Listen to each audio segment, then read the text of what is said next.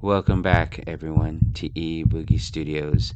Imagine yourself in 1953, and you don't have a television just yet, and you're listening to a radio broadcast from a series called Suspense. Hope you enjoy.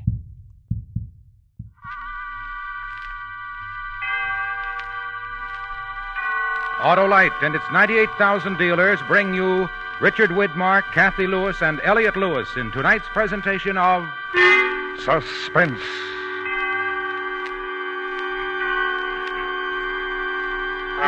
Tonight, Autolite proudly presents part one of the first radio dramatization of William Shakespeare's tragic history of love and death, Othello. Our stars, Richard Widmark, Kathy Lewis, and Elliot Lewis.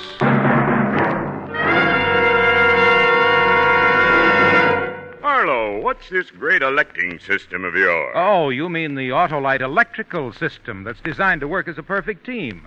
The generator, starting motor, distributor, and coil, spark plugs, battery, and all the other units are related by Autolite engineering design and manufacturing skill to give you the smoothest performance money can buy. Can it get me reelected, Harlow? Senator, with an Autolite electrical system, you just can't lose.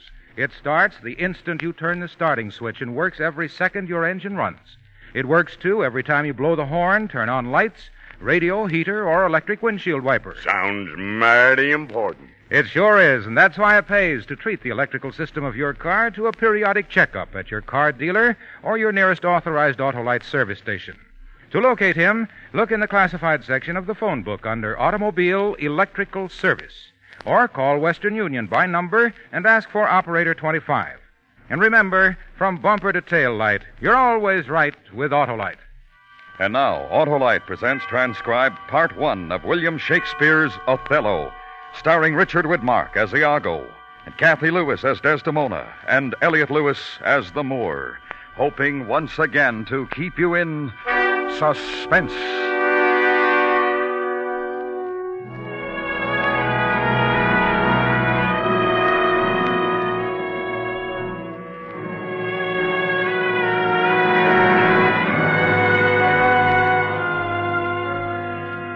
Act 1, Scene 1, Venice, a street. Enter Roderigo and Iago. You told me you hated the Moor. Despise me if I do not. I know my price, Roderigo. I am worth no worse a place. But, says he, I have already chosen my officer. And what was he? Forsooth, one Michael Cassio of Florentine. He in good time must his lieutenant be, and I, God bless the mark, his worship's ensign. I would not follow him then, good Iago. Oh, sir, content you. I follow him to serve my turn upon him. We cannot all be masters, nor all masters cannot be truly followed. In following him, I follow but myself. Call up her father. Rouse him, make after him, poison his delight. What ho, Brabantio! Signor Brabantio, ho! Look to your house, your daughter, and your bags. Thieves! Thieves!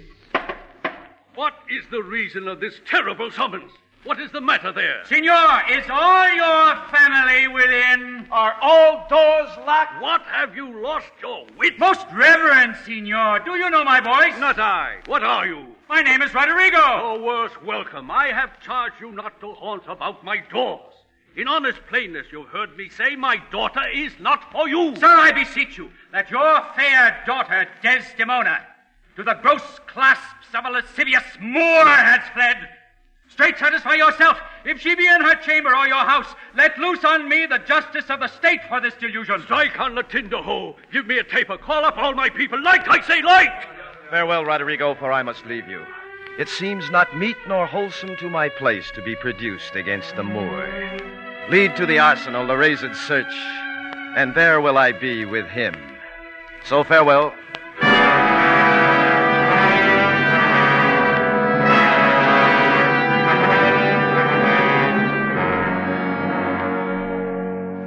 Scene 2, outside the arsenal. A few moments later, enter Othello, Iago, and attendants with torches. 'Tis better as it is. But I pray, sir, are you fast married? For be sure of this, that Signor Brabantio is much beloved, and hath in his effect a voice potential as double as the Duke's. He will divorce you. Let him do his spite. My loyal services shall outtongue his complaints. For no Iago, but that I love the gentle Desdemona. But look, what lights come yonder? These are the razed father and his friends. You were best go in. Not I must be found. Is it they? By Janus, I think no. The servants of the Duke and my Lieutenant Cassio. The goodness of the night upon you, friends. What is the news, Cassio? The Duke does greet you, General, and he requires your post-haste appearance, even on the instant. What's the matter, think you? Something from Cyprus, as I may divine. You've been hotly called for. 'Tis well I'm found by you. Come, Captain, will you go? Have with you. Here comes another troop to seek for you. It is Brabantio, General. Be advised, he comes to bad intent.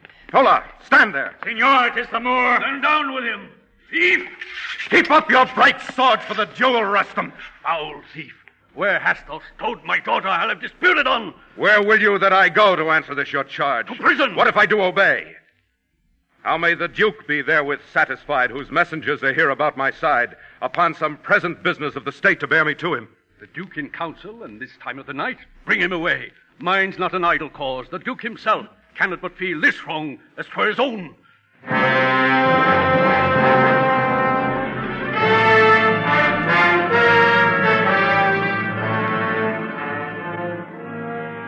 Scene 3, a council chamber. The Duke and senators sitting at a table with lights. Valiant Othello, we must straight employ you against the general enemy Ottoman. I did not see you. Welcome, Signor Brabantio. We lacked your counsel and your help tonight. So did I yours. Good your grace, pardon me. Neither my place nor aught I heard of business has raised me from my bed, for my particular grief is of so floodgate and all-bearing nature that it engluts and swallows other sorrows. Why, what's the matter? My daughter. Oh, my daughter. Dead? Aye, to me. She is abused, stolen from me, and corrupted by spells and medicines bought of mountebanks. Here is the man, this Moor, whom now it seems your special mandate for the state affairs has hither brought. Othello, what in your own part can you say to this? I do beseech you, send for the lady, and let her speak of me before her father. If you do find me foul in her report, let your sentence even fall upon my life. Fetch Desdemona hither. Iago, conduct them. You best know the place. And till she come, as truly as to heaven, I'll present how I did thrive in this fair lady's love, and she in mine. Say it, Othello. Her father loved me, oft invited me, still questioned me the story of my life from year to year. I ran it through. I spoke of most disastrous chances, of moving accidents by flood and field, of being taken by the insolent foe and sold to slavery, and my redemption thence. This to hear would Desdemona seriously incline, and with a greedy ear devour up my discourse. When I did speak of some distressful stroke that my youth suffered, my story being done, she gave me for my pains a world of sighs. She swore in faith 'twas strange, 'twas passing strange. 'Twas pitiful, 'twas wondrous pitiful. She wished she had not heard it, yet she wished that heaven had made her such a man. She thanked me, and bade me, if I had a friend that loved her, I should but teach him how to tell my story, and that would woo her. Upon this hint I spoke. She loved me for the dangers I had passed, and I loved her that she did pity them. This only is the witchcraft I have used. Here comes the lady. Let her witness it. Come hither, gentle mistress. Do you perceive in all this noble company where most you owe obedience? My noble father, I do perceive here a divided duty. To you I am bound for life and education. My life and education both do learn me how to respect you. But here's my husband, and so much duty as my mother showed to you, preferring you before her father, so much I challenge that I may profess due to the Moor, my lord. Come hither, Moor. I here do give you that with all my heart I would keep from you. For your sake, Jewel, I am glad at soul. I have no other child. I have done, my lord. Beseech you now to the affairs of state. The Turk, with most mighty preparation, makes for Cyprus. Othello, the fortitude of the place is best known to you, and though we have there Montano, a substitute of most A loud sufficiency, yet opinion, a sovereign mistress of effects, throws a more safer voice on you. I do undertake these present wars against the Ottomans. At 10 in the morning here we'll meet again. Othello, leave some officer behind, and he shall our commission bring to you. Please, your grace, my ensign Iago, a man he is of honesty and trust. To his conveyance I assign my wife, with what else needful your good grace shall think to be sent after me. Let it be so. Good night to everyone. Adieu, brave Moor. Use Desdemona well. Look to her, Moor. Have a quick eye to see. She has deceived her father. May to thee. My life upon her faith. Come, Desdemona. I have but an hour of love, of worldly matters and direction to spend with thee. We must obey the tide. What sayest thou, Rodrigo? What will I do?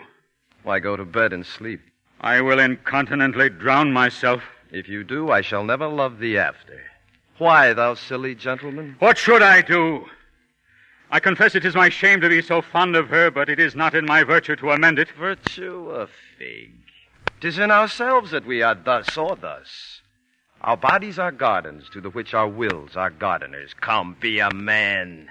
Drown thyself. Drown cats and blind puppies. Put money in thy purse. It cannot be that Desdemona should long continue her love unto the Moor. Put money in thy purse, nor he to her.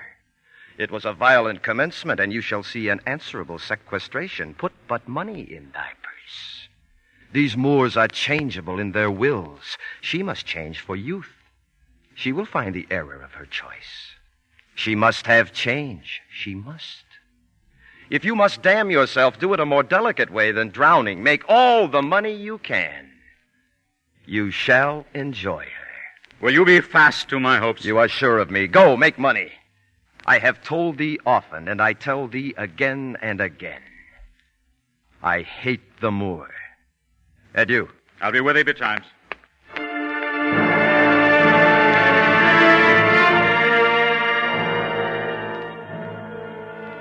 Thus do I ever make my fool my purse. I hate the Moor. Let me see now. Cassio's a proper man. To get his place and to make up my will, a double knavery. How? After some time to abuse Othello's ear, that his lieutenant Cassio is too familiar with his wife. Cassio hath a person and a smooth disposed to be suspected. The Moor is of a free and open nature that thinks men honest that but seem to be so, and will as tenderly be led by the nose as asses are. I have it. It is engendered.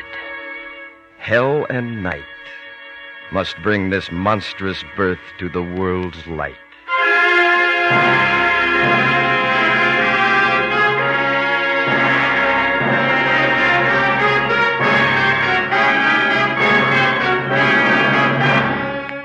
Autolite is bringing you Richard Widmark, Kathy Lewis, and Elliot Lewis in Part 1 of William Shakespeare's Othello.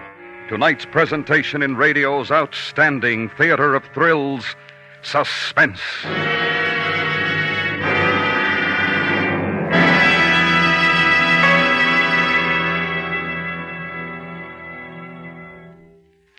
Say, Harlow, how long has Autolite been making electrical systems? Ever since 1911, Senator, when Autolite developed the first 2-unit, 6-volt automotive electrical system ever used as original equipment.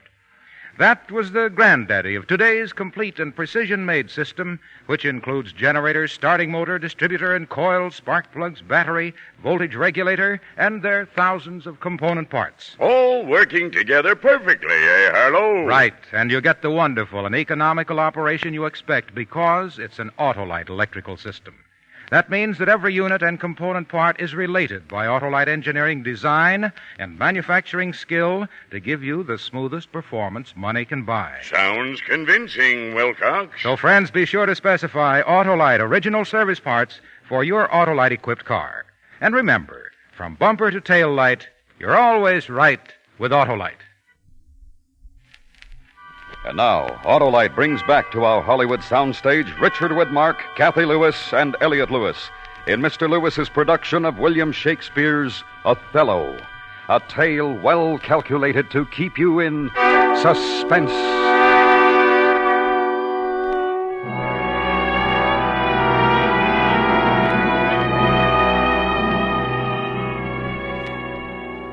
Act 2, Scene 1. A month later, a seaport in Cyprus. The wars are over. Othello's sail has been sighted. Enter Cassio, Iago, Roderigo, and Desdemona. The Moor's lieutenant pays innocent compliment to Desdemona as Iago and the jealous Roderigo stand apart.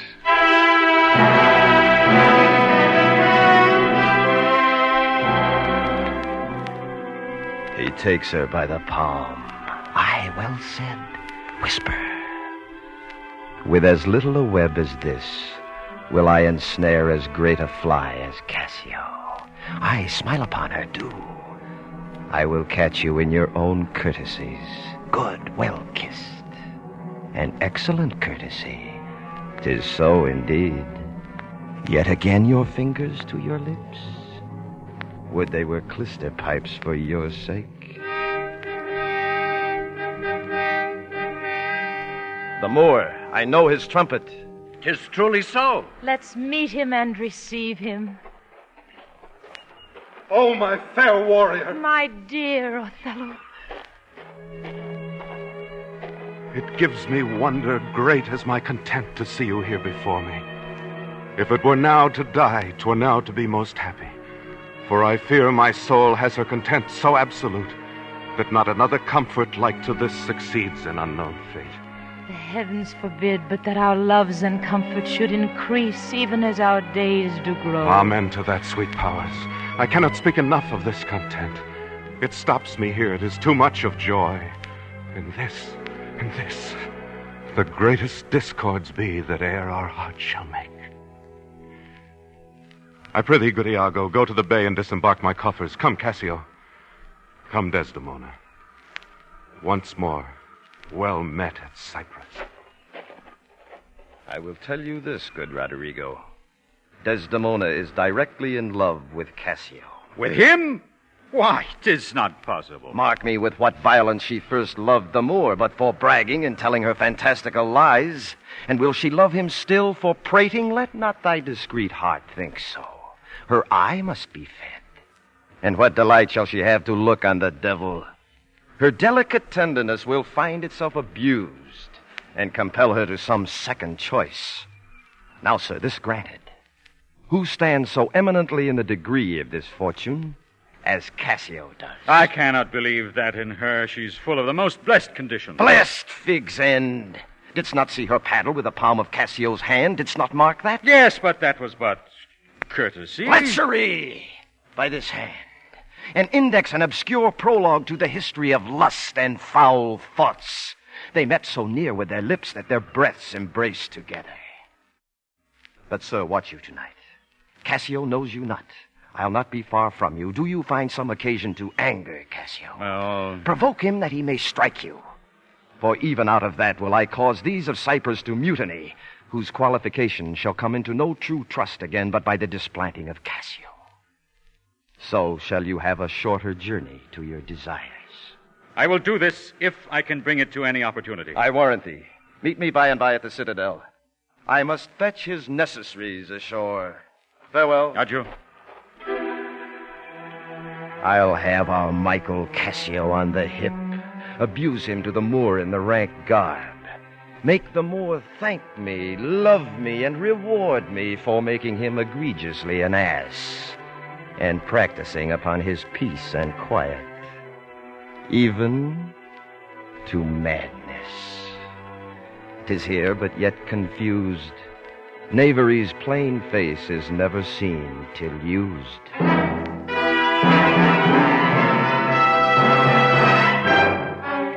Scene, a hall in the castle.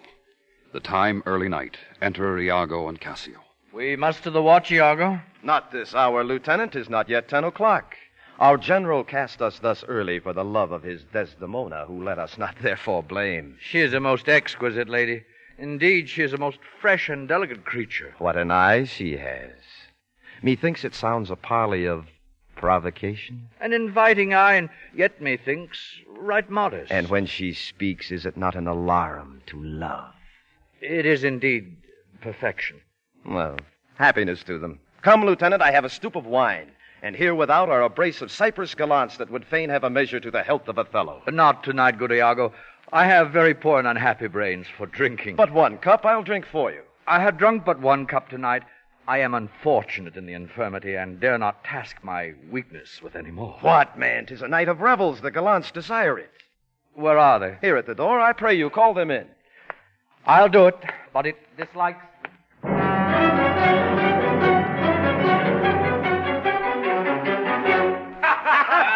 Gentlemen, let's look to our business.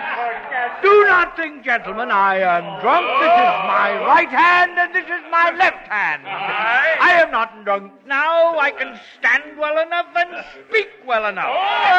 Very well, then. You must not think that I am drunk.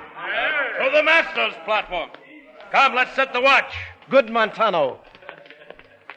You see this fellow that has gone before. He is a soldier fit to stand by Caesar. Yet I fear the trust Othello put him in on some odd time of his infirmity will shake this island. Huh? But is he often thus? 'Tis evermore the prologue to his sleep. It were well the general were put in mind of it. Help! Help! But hark, what noise? Scoundrel, rogue, you rascal! What's the matter, Lieutenant? I'll beat the knave into a wicker bottle. Beat me? Do you prate rogue? Good Lieutenant. Pray, sir, hold your hand. Let me go, sir. I'll knock you all the mazard. Come, you're drunk. Drunk? Rodrigo, away. Go out and cry a mutiny. Nay, good Lieutenant, sir. Montano. Help, masters. Who's that rings the bell? The town will rise. What is the matter here? Hold for your lives. Lieutenant, sir. Montano. Gentlemen, have you forgot all sense of place and duty? Hold! The general speaks to you. Silence that dreadful bell. It frights the isle from her propriety.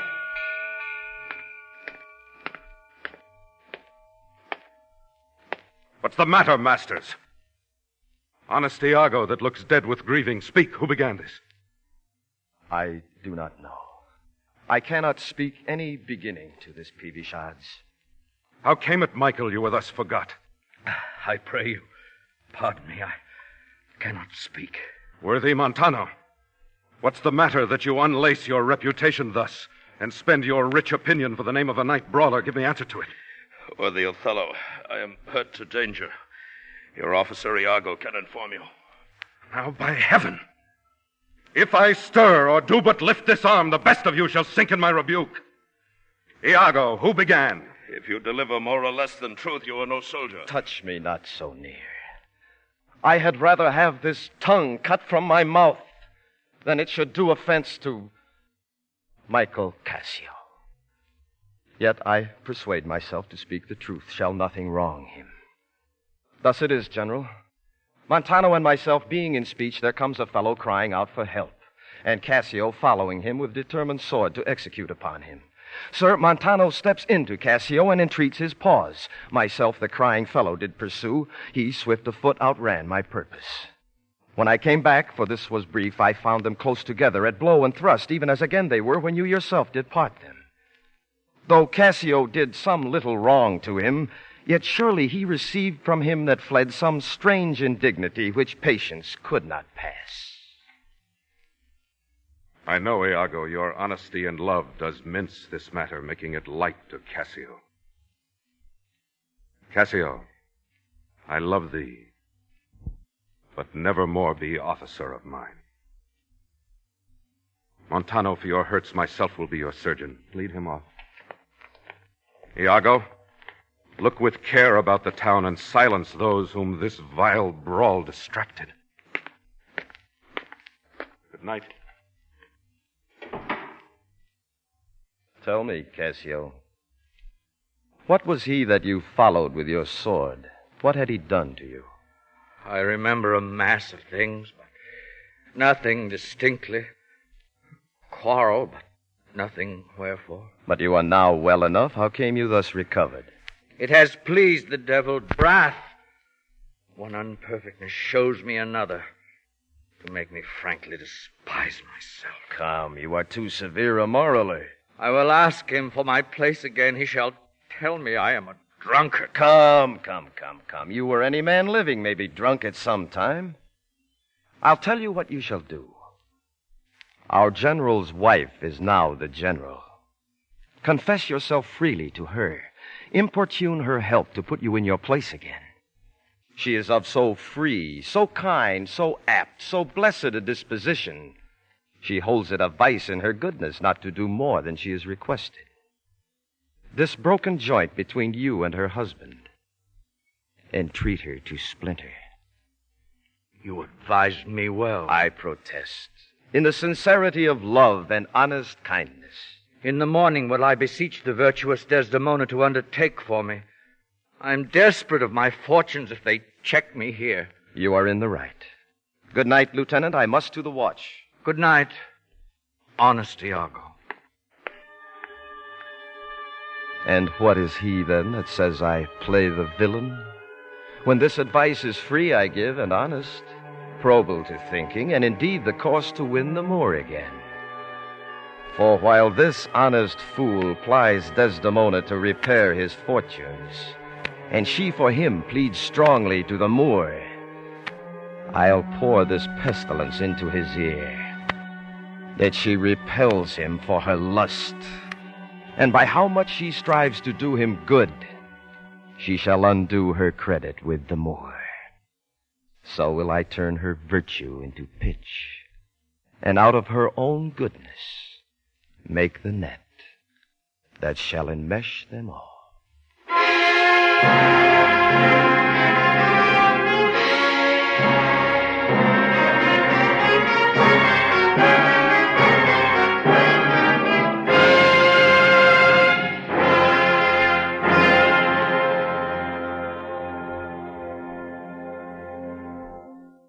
Suspense.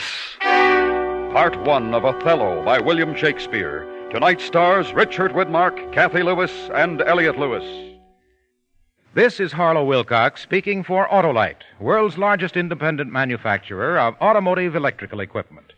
Autolite is proud to serve the greatest names in the industry. They are members of the Autolite family, as well as are the 98,000 Autolite distributors and dealers in the United States and thousands more in Canada and throughout the world.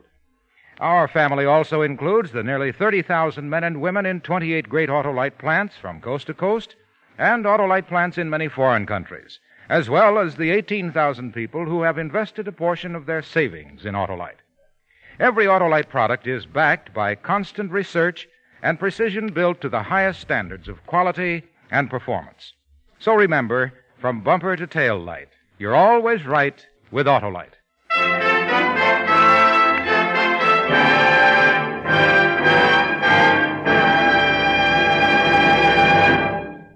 Next week, we conclude this first radio adaptation of William Shakespeare's tragic history of love and treachery and death, Othello.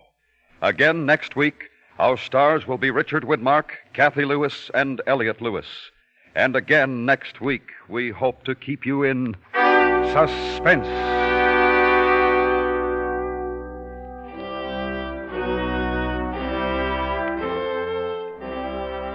The abridged Othello was adapted for Suspense by Anthony Ellis and Elliot Lewis. The program was transcribed and directed by Mr. Lewis, with music arranged by Lucian Morwick from themes by Giuseppe Verdi.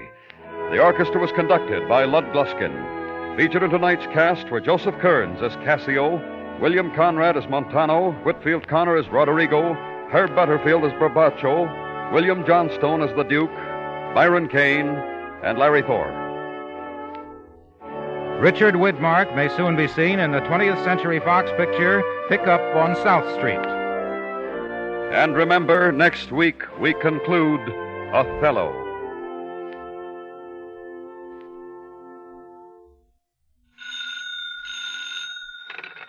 You can buy Autolite electrical parts, Autolite stay-full batteries, and Autolite resistor or standard-type spark plugs at your neighborhood Autolite dealers. Switch to Autolite. Good night. Planned saving is best saving. Your bank will be happy to arrange for your regular purchase of United States savings bonds. The service is free. Why not sign up tomorrow for planned savings through savings bonds?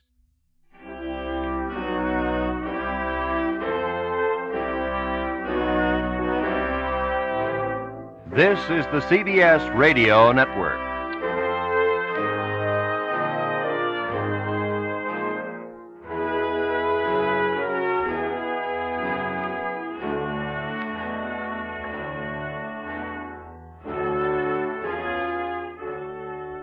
This is the end.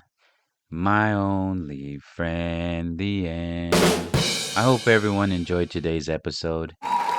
Share with a friend, like and subscribe, and go ahead and leave me a comment. And thank you again to all my veterans out there. Thank you for your service. God bless you. I love you guys. Peace.